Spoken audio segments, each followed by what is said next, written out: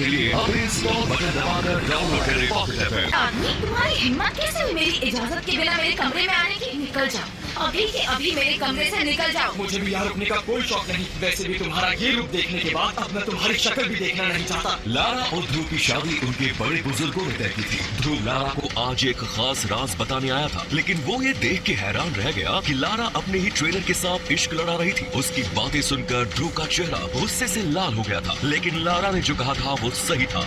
ध्रुव पिछले 3 सालों से लगातार हारता ही आ रहा था, जिस कारण उसे और उसके परिवार को लोगों के ताने सुनने पड़ते थे। लोगों की आंखों में क्या ध्रुव हारी हुई बाजी को फिर से जीत पाएगा? जानने के लिए आइए सुनते हैं ये हैरत अंगेज कहानी। मेरे कपड़े लौटा दो, सब लोग मुझ पर हंस रहे हैं। मैं फिर कभी शक्ति स्तंभ मुकाबले में नहीं आऊंगा। सनी के सामने एक 20 साल का लड़का गिड़गिड़ा रहा था और लोग उस पर हंस रहे थे। तुम्हें क्या लगा रक्ष एकेडमी आते ही तुम एकलव्य बन जाओगे? तुम्हें पहले मुझसे मुकाबला करना पड़ेगा। तभी लोगों में से एक आवाज आई, मैं करूँगा तुमसे मुकाबला। सभी लोगों की नजर उस आवाज को ढूंढ रही थी। तभी भीड़ में से 18 साल का एक लड़का सामने आया। वो मेसोटोरिया शहर के शक्तिशाली शौर्य दल के लीडर का बेटा ध्रुव था, जिसे देखकर सनी जोर जोर से हंसने लगा। बाकी लोग भी हंसने लगे।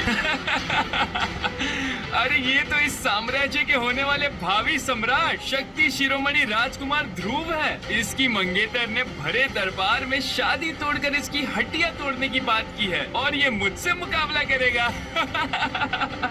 सनी का इतना कहना था कि वहाँ मौजूद सभी लोग ध्रुव पर हंसने लगे। उस हंसी के बीच ध्रुव भी अतीत के उन पन्नों में खो गया जहाँ हर कदम पर उसे अपमान और शर्म से मुंह छुपाकर रहना पड़ता था। उसे याद आया जब कुछ महीनों पहले ही उसकी मंगेतर लारा जयान ने उसके ही महल में आकर सबके सामने उसकी बेइज्जती की थी। तुम तो नामर्द निकले ध्रुव। बेहतर होगा कि तुम अपने हाथों में ये चूड़ियाँ पहन लो, क्योंकि तलवार तुम्हारे हाथों में शोभा नहीं देती। और तुम्हें शोभा देता है यू अपने ही होने वाले पति के घर में आकर उसके और उसके परिवार की बेइज्जती करना। ध्रुव की बात सुनकर लारा जोर जोर से हंसने लगी।